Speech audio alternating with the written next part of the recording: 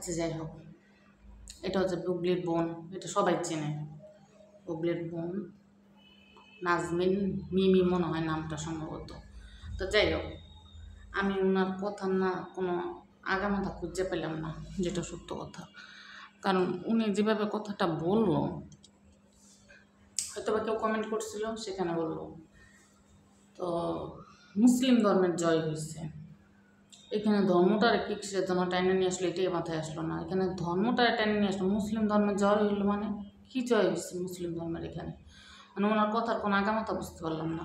যে হ্যাঁ, মুসলিম ধর্মের তো সবসময় জয় হয়, অবশ্যই সব জায়গার ভিতরে মুসলমানদের জয় হবে, এটাই সত্য কথা। তো আপনি আপনার বোনের টপিক না কেন বললেন যে মুসলিম ধর্মের এখানে জয় হয়েছে? কিসের জয় হয়েছে?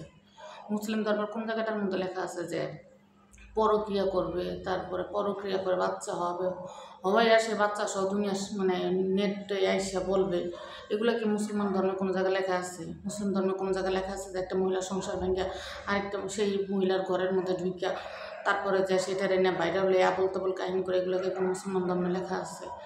অপবিশ্বাস আর বুবলির কাহিনী আছে একটা ফালতু কাহিনী, যেটা সত্য কথা। বাংলাদেশের মধ্যে যদি কোনো ফালতু টপিক হয়ে থাকে সেটা হলো দুইটা, একটা হলো অপবিশ্বাস বুবলি সাকিব খান, আর একটা হলো মামুন লালা, আর একটা যোগ হয়েছে ওটার নাম যাও শরীফ জানি না।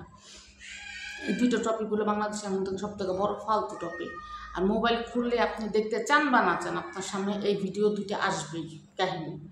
তো যাই হোক, গত বছর যখন অপবিশ্বাসের নিয়ে সাকিব খানে গেল তার ছেলেরে নিয়ে বাইরের দেশে ঘোরাফেরা করতে বললো, সুন্দর একটা মেমোরি দিতে চাই জয়ের, বেশ ভালো কথা। তখনও বুবলি বাংলাদেশের ভিতরে কান্নাকাটির মানে লাসরা বাসরা শুরু হয়ে গেল বুবলির কাছে। এখন বুবলিরে নিয়ে আর বুবলির ছেলেরে নিয়ে গেছে সাকিব খান বাইরের দেশে ঘোরাফেরা করতে। যাই হোক, সেইটারে নিয়ে এখন কাহিনী শুরু হয়েছে কি, যাই হোক, যেই কাহিনী চলতেছে না, আপনি তো ওনার বড় বোন, আপনি তো বুবলির বড় বোন, তাই না? তো আপনাকে এগুলো মানায়, আপনাকে এগুলো সাজে, আপনি যথেষ্ট মানে আপনার কণ্ঠটা যথেষ্ট সুন্দর, আপনি জনপ্রিয় একজন কণ্ঠশিল্পী। আপনার মানে কি বলে যে ইসের সাথে মানে আপনার যে যোগ্যতা, আপনার সাথে এগুলো যায় না। আপনি কেন ওনাদের পার্সোনাল বিষয় নিয়ে এসে পেঁচাল পারেন ফেসবুকের মধ্যে এসে? অপবিশ্বাসের তো অনেকগুলো বোন আছে, কই তাদেরকে তো দেখি না অপবিশ্বাসের এই সমস্ত কাহিনী নিয়ে কোনো রকম কোনো কথা বলতে, মানে সোশ্যাল মিডিয়াতে এসে। আপনার কেন বারে বারে এই বিষয়গুলো নিয়ে কথা বলা লাগে? আর আমার সব থেকে বেশি খারাপ লাগছে আপনি বললেন কি মুসলমান ধর্মের জয় হয়েছে। মুসলমান ধর্মের এখানে কিসের জয় হলো? আর মুসলিম কি মানে কথায় কথায় কি মানে ধর্মের ভিতরে দাঙ্গা লাগাইতে চান? এগুলো আছে আপনাদের ইন্টেনশন, এছাড়া কিচ্ছু না। আপনারা ধর্মের ভিতরে মানে গ্যাঞ্জাম লাগাইতে চান। মুসলিম ধর্মের কোন জায়গায় বলা আছে যে একটা হিন্দু মেয়ের সংসার একটা মুসলমান মেয়ে ভাঙতে পারবে? কোনো জায়গায় লেখা আছে?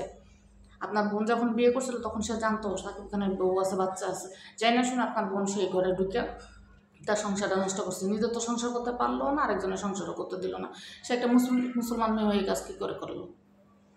আর মুসলিম ধর্ম করতেছেন, মুসলিম ধর্মেতে যা যা বলে কয়টা পালন করেন? কয়টা পালন করতেছেন?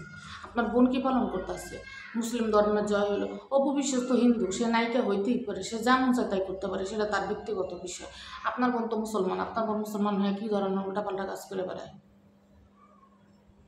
আপনার বোন তো ইয়া মুসলিম, তার তো উচিত বুঝা শোনা চলা, আপনার কথা অনুসারে যেটা বলা যায় লাগে যে মুসলিম ধর্মের জয় হয়েছে। মুসলমান ধর্মের কোনো জায়গায় লেখা আছে সংসার ভাঙ্গা? আমাদের ধর্মে লেখা আছে সংসার ভাঙ্গার মসজিদ ভাঙ্গার সমান কথা। আপনার বোন আর আপনারা তো তাই করে বেড়াইতেছেন, মানে মসজিদ ভাঙতেছেন আপনারা। বাংলাদেশে কি সাকিব খান একাই মানে পুরুষ? যার থেকে সুন্দর পুরুষ আর বাংলাদেশে আর কেউ নাই? এর থেকে হাজার হাজার সুন্দর সুন্দর পুরুষ আছে। তাদেরকে যা না ধরে এক বাপের মানে এক পোলার বাপের যায় আপনার বোন যা বিয়ে করলো। দেখতে তো কম সুন্দর না, যথেষ্ট সুন্দর, যথেষ্ট সুন্দর, যথেষ্ট শিক্ষাগত যোগ্যতা আছে, সব কিছুতে অ্যাচুরেট, সব কিছুতে ভালো।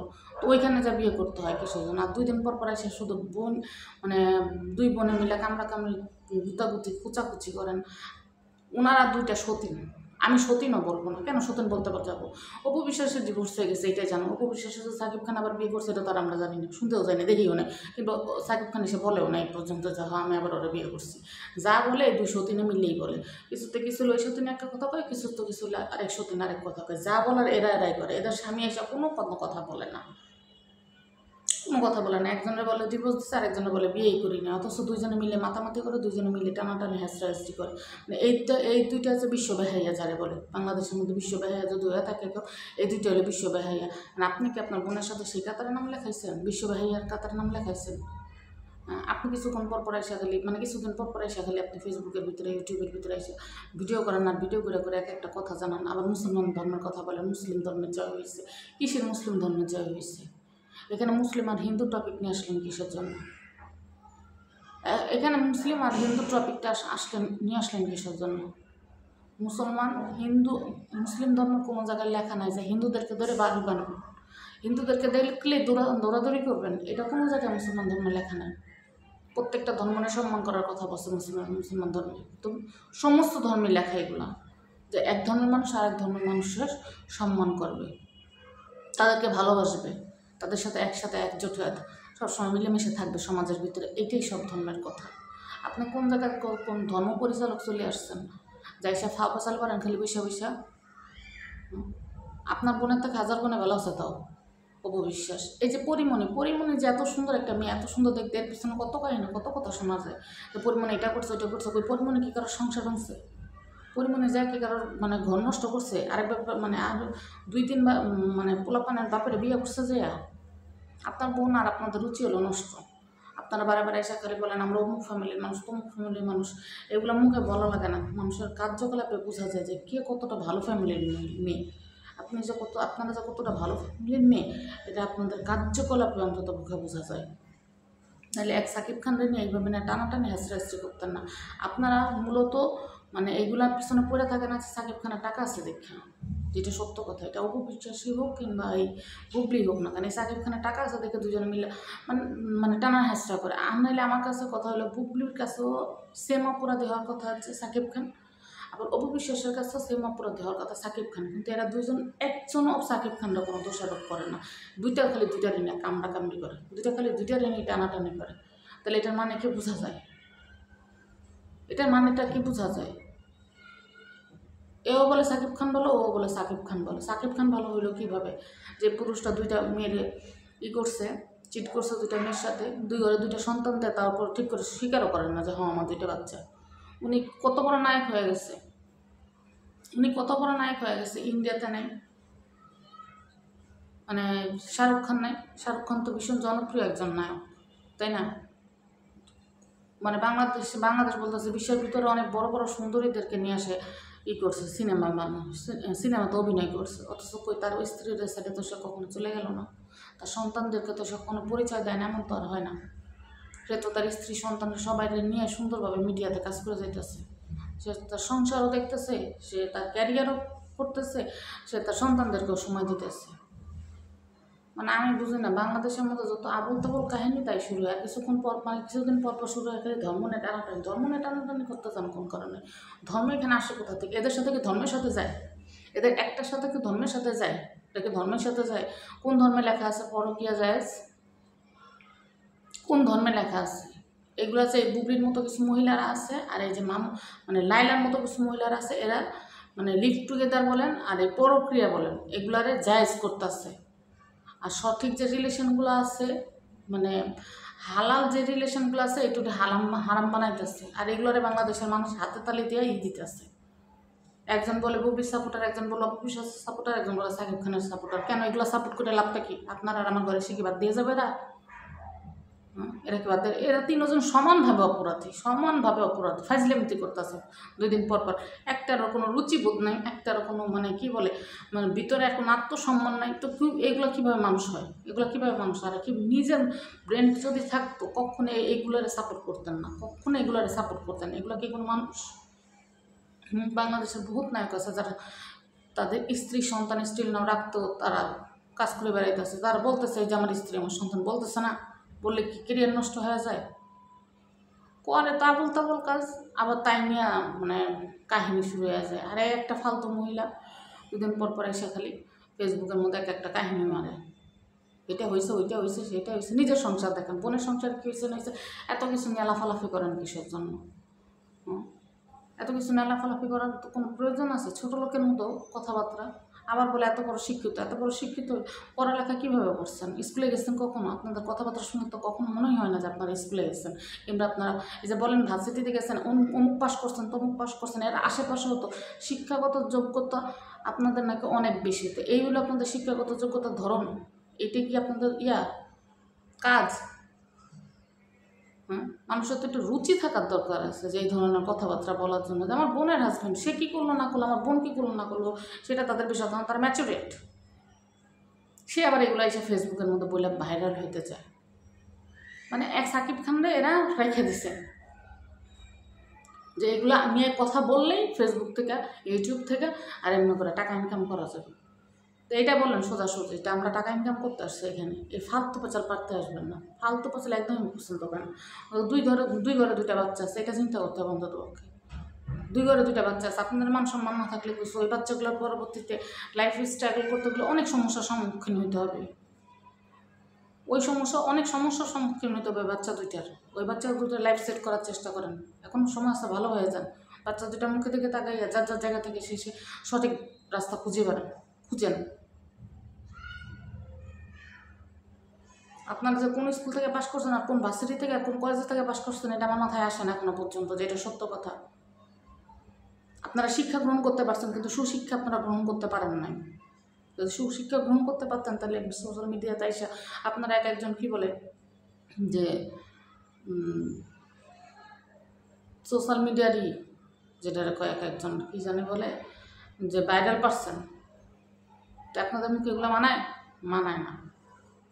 কী বলবো, ইউটিউবে না মানে ভিডিও ছাড়লেই চলে। আপনি ফেসবুকে কাজ করতে যাবেন, ইউটিউবে কাজ করতে যাবেন, আপনি যেই জায়গায় কাজ করতে যান না কেন, টিভি দেখবেন, টিভিতেও শান্তি নেই, এগুলা যন্ত্রণায়। এর একটা না একটা ভিডিও আসতেই থাকবে ভিডিও, মানে নন স্টপ ভিডিও চলে এদের। মানে ভাই এগুলো দেখতে না মাথাটা পুরো খারাপ হয়ে গেছে। আর আমি বুঝতে পারি না যে মানুষের রুচি যায় কীভাবে এই সমস্ত বিষয় নিয়ে কথা বলার জন্য, কীভাবে যায়, কীভাবে আপনারা বুবলি সাপোর্ট করেন, কীভাবে আপনারা অপু বিশ্বাসের সাপোর্ট করেন, আর কীভাবে আপনারা সাকিব খানের সাপোর্ট করেন। এই 3টা ব্যক্তির আপনারা সাপোর্ট করেন কীভাবে, যাদের ভিতরে কোনো রকমের কোনো মানে কী বলে ব্যক্তিত্ব নাই। আমার হাজব্যান্ড আমার একটা ধমক দিলে আমি তার সাথে 10 মিনিট কথা বলি রাগ করে, এটাই তো তাই না? আর ওদের হাজব্যান্ড এক একজনের থেকে আর একজনের কাছে, আরেকজনের থেকে আরেকজনের কাছে, তাতে কোনো দোষ নেই। দোষ হলে 203 দোষ দেয়। এটা আমার মাথায় আসে না, এটা কোন ধরনের কথা? যে লোকটা আমার সাথে চিট করছে, যে লোকটা আমাকে ঠকাইছে, আমার সন্তানদের ঠকাইছে, ওই লোকটার পাশেই তো আমি জীবনে কোনদিন যাবো না। তারপরে দুজনই হচ্ছে মানে নিজের যার জায়গা থেকে সে ভালো অবস্থানে আছে। তারপরে এরা সাকিব খানের নিয়ে মানে সাতার এক নায়ক, এটার নিয়ে খালি টানাটানি হাসরাছে। কী যে পাইছে এটার মধ্যে আল্লাহ নগদ সেই জানে, আল্লাহ জানে এটার মধ্যে কী পাইছে, আমার মাথায় আসে না যে আসলে এগুলোর মধ্যে কী পাইছে। রুচিহীন পাবলিক যারা বলে কিছু। আমার এগুলোর ভিডিও এখন মানে আমার ভিডিও দেখলে মানে ঘৃণা লাগে, বিরক্ত লাগে। একজনের করার প্রক্রিয়া, আরেকজনের কাহিনী আছে, খালি বয়ে সতীনের গালাগালি করে। কোন কারণে? সতীনকে একাই বিয়ে করছে, আপনার স্বামী যা বিয়ে করে নেন, ফালতুর দল। আরেকজন এখন এসে শুরু করে দিয়েছে মুসলমান ধর্মে জয় গেছে, ফালতু মহিলা, উল্টা পাল্টা কথা বলে খালি এসে কয়েকদিন পর ভাইরাল হওয়ার জন্য। আপনার তো লাইলার বান্ধবী বলা উচিত। আইকিউ ঢিলা, আইকিউ নাই মাথার ভিতরে কোনো। আর আমি বাংলাদেশের মানুষের মানে প্রশাসনেরও কোনো কাহিনী বুঝি না, যে 2 দিন পর মামুনরে গ্রেপ্তার করে, আর এই মহিলা একটার পর একটা পোলার বয়সে পোলা নিয়ে লিভ টুগেদার করে, এই মহিলার কিছু করে না, রাস্তার মধ্যে ফেলে ছুঁয়ে দিচ্ছে, নিয়ে তুই যা। আর কয়েক বছর পর আমাদের ছেলেরা বড় হবে, এটা রাস্তার কাছে গেলেও তো ভয় লাগবে যে বেটি কোন সময় টানাটানি শুরু করে দেয়। এটা কোনো বিশ্বাস আছে? 50 বছর একটা মহিলা 2 দিন পর যায় খালি রাস্তার ভিতরে মানে পোলাপান খুঁজা টাইনা নিয়ে আসে। প্রক্রিয়া যদি দোষ হয়ে থাকে, অপরাধ হয়ে থাকে, তাহলে অবশ্যই লিভ টুগেদারও খারাপ। জায়গায় এই জিনিসগুলার এতভাবে ফলাওভাবে দেখায়, আর এগুলোই ভাইরাল। এগুলো ভবিষ্যৎ প্রজন্মের জন্য অনেক খারাপ এগুলা। এই মহিলাগুলার বর্জন করেন, এই মহিলাগুলার ভিডিও প্রকাশ করা থেকে বন্ধ থাকেন, এগুলো আর কইরেন না। সমাজটা নষ্ট হয়ে যাইতেছে।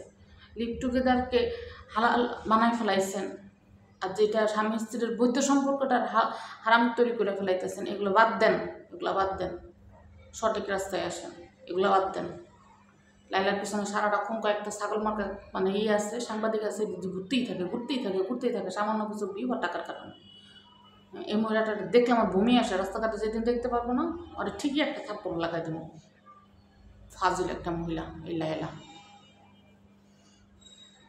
একটা মানুষও বলে না যে মানে মামুনরে যে পুলিশে ধরে নিয়ে যেতেছে ও নাহলে ওর অন্যায় শাস্তি পেটেছে, ঠিক আছে, এই মহিলাটার কেন ধরে না? এই মহিলাটা কেন ধরতেছে না? এই মহিলা 50 বছর একটা বৃদ্ধ মহিলা যে একটা ছেলের সাথে বলতাবল কাহিনী করতেছে, সেগুলো সোশ্যাল মিডিয়া অন্যান্য বাচ্চারা দেখতেছে, সমস্ত ছেলেরা দেখতেছে, ছেলেদেরকে খারাপ কাজ মানে ছেলেদের ভিতরে একটা খারাপ জিনিস ঢুকাইতেছে। এতে করে আমাদের বাচ্চারা কি শিখতেছে? ভালো কিছু শিখতেছে? ওরাও তো শিখতেছে কি যে হ্যাঁ ঠিক আছে, লিভ ইন করা ভালো, লিভ ইন হচ্ছে হালাল, হারাম না। আমি বাংলাদেশের প্রশাসনেরও কাহিনী বুঝি না, যে প্রশাসন বলে এই প্রশাসন বলে আমাদের প্রশাসন, এই প্রশাসন আমাদের প্রশাসন হলে যে সমস্ত নারীরা পরক্রিয়া করে, যে সমস্ত মহিলারা লিভিং করে, তাদেরকে ধরে রাস্তার ভিতরে যতটা পিটানো উচিত ছিল, যদি এটা আমাদের সরকার হয়ে থাকতো, যদি এটা আমাদের হয়ে থাকতো, প্রশাসন হয়ে থাকতো।